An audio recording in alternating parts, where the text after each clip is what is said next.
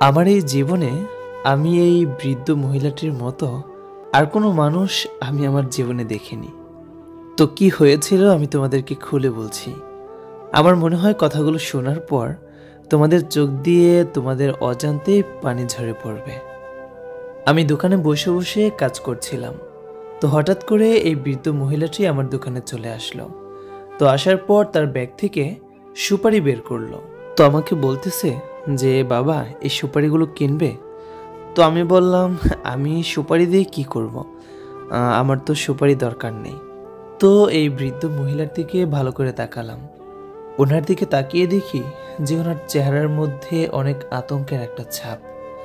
তো আমি বললাম যে এই সুপারিগুলো তো এখানে বিক্রি করতে পারবেন না, ওই সাইডে সুপারি পান এগুলো বিক্রি করে। তো উনি বলতেছে যে বাবা আমার তো ওষুধ নেই, আমার 1000 টাকা লাগবে ওষুধ কিনতে, যদি তুমি সুপারিগুলো নিতে। ওষুধের কথা শুনে আমি আর 1 সেকেন্ডও দেরি করিনি। আমি সাথে সাথে বললাম যে সুপারিগুলো কত বিক্রি করবেন। তো উনি বলল যে 200 টাকা দিলেই হবে। অমনি সাথে সাথে আমাদের যে সংগঠন সবার পাশে RTSSD অফিসিয়াল, ওইটার কথা মনে হলো। তো ভাবলাম যে আমাদের প্রথম দান আমি এই বৃদ্ধ মহিলাটাকেই করব আমাদের সংগঠন থেকে। তো আমি সাথে সাথে 200 টাকা বের করে ওনাকে দিলাম। তো উনি অনেক খুশি হলো। তখন যে আমার কতটা ভালো লাগলো আপনাদের আমি বলে বোঝাতে পারবো না।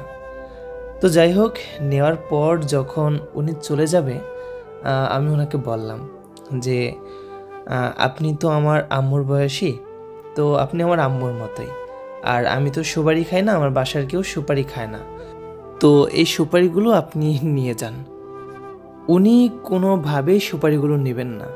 কমপক্ষে 10-15 বার ওনার সাথে জোরাজুরি করেছি, উনি কারো দান নেবেন না। উনি কষ্ট করে সুপারিগুলো শুকিয়ে কেটে কেটে এখানে নিয়ে আসছে। উনি নিজের জিনিস বিক্রি করে নিজে খাবে, উনি কারো দান নেবেন না। মানে তখন আমার শরীর শুধু কাঁপতেছে যে এমন মানুষ এই পৃথিবীতে এখনো আছে। তারপর উনি বলতেছে যে আর 1 কেজি সুপারি আছে, কেউ যদি নিত তাহলে আমি ওষুধ কিনে বাসায় যেতে পারতাম। মানে বিশ্বাস করবেন না, আমার যে তখন কেমনটা লাগলো। তো মন ছিল যে আমি ওনার সব ওষুধগুলো আমি এখনই ওনাকে কিনে দিই, কিন্তু উনি জাস্ট সুপারিগুলো আমার কাছে বিক্রি করেছে। ওনাকে আমি এইভাবেও বলছি যে আপনি এই সুপারিগুলো আমার কাছ থেকে এখন 20 টাকা দিয়ে কিনে নেন, আপনি আমাকে 20 টাকা দেন, আমি সুপারিগুলো আপনাকে দিয়ে দিই। উনি কিনেও নেবেন না। মানে উনি তো বুঝতেই পারছেন যে আমি কোনো না কোনোভাবে ওনাকে আমি সাহায্য করতে চাচ্ছি, উনি সাহায্য নেবেন না, তাই উনি 20 টাকা দিয়েও নেবেন না। তারপর ওনাকে বললাম ঠিক আছে আমাকে ওই 1 কেজিও দেন, আমি আরও 200 টাকা দিচ্ছি। তো উনি আমাকে 2 কেজি সুপারি দিল, আমি ওনাকে টোটাল 400 টাকা দিলাম। তো 2 কেজি সুপারি নেওয়ার পর তাকে অনেকভাবে বোঝালাম, দেখেন আমি আপনার ছেলের মতো, আপনি আমাকে ছেলে ভাবেন। আমি যদি আপনার ছেলে হতাম তো আমার কাছ থেকে আপনি এমনি এমনি নিতেন না, আপনি একটা ছেলে হিসেবে নেন প্লিজ। ওনাকে আমি কোনোভাবেই রাজি করাতে পারলাম না। উনি আমার মাথায় হাত বুলিয়ে দিল, দোয়া করলো আমাদের জন্য। তো শেষ মুহূর্তে উনি কোনোভাবেই রাজি হচ্ছিল না। পরে সেখান থেকে 1টা বা 2টা সুপারি নিয়ে তিনি খেলেন, বললেন যে তুমি আমার ছেলের মতো, তাই আমি তোমারটা খেলাম। কিন্তু উনি সাহায্য নেবেন না।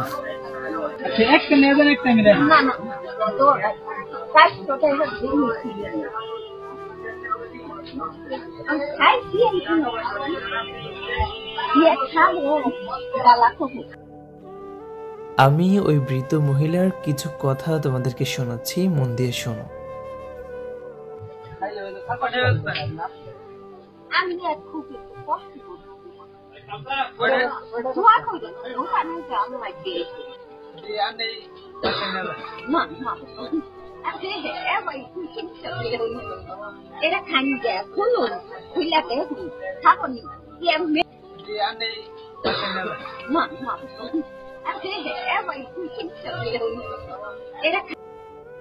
তোমরা তোমাদের জীবনে এমন মানুষ দেখেছো কিনা আমি জানি না, কিন্তু আমি এই প্রথম।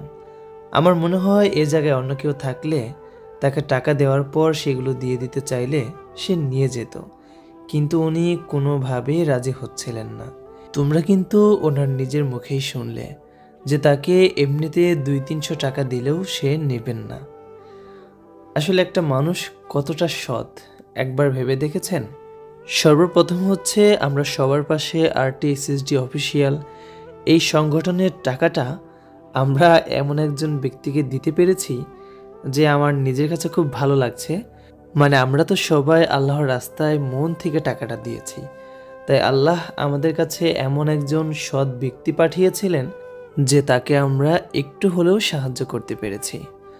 তো সবাই আমাদের সবার জন্য দোয়া করবেন যে আমরা আমাদের এই সবার পাশে RTSSD অফিসিয়াল এই সংগঠনের টাকাগুলো আমরা যেন সৎ ভালো মানুষ দরিদ্র মানুষকেই দিতে পারি।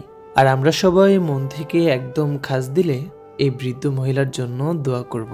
আল্লাহ যেন ওনাকে সব বিপদ আপদ থেকে হেফাজত করেন, আর ওনার দরিদ্রতা আল্লাহ যেন দূর করে দেন।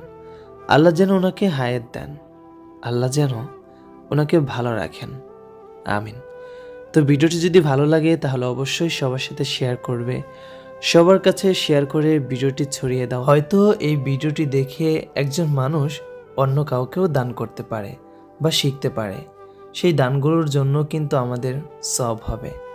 তো সবাই ভালো থেকো। আর যারা যারা সবার পাশে RTSSD অফিসিয়াল এই সংগঠনে অ্যাড হতে চাও তারা এই ভিডিওর ডিসক্রিপশনে নাম্বার থাকবে, মেসেজ দিও, ইনশাল্লাহ আমি অ্যাড করে দেব।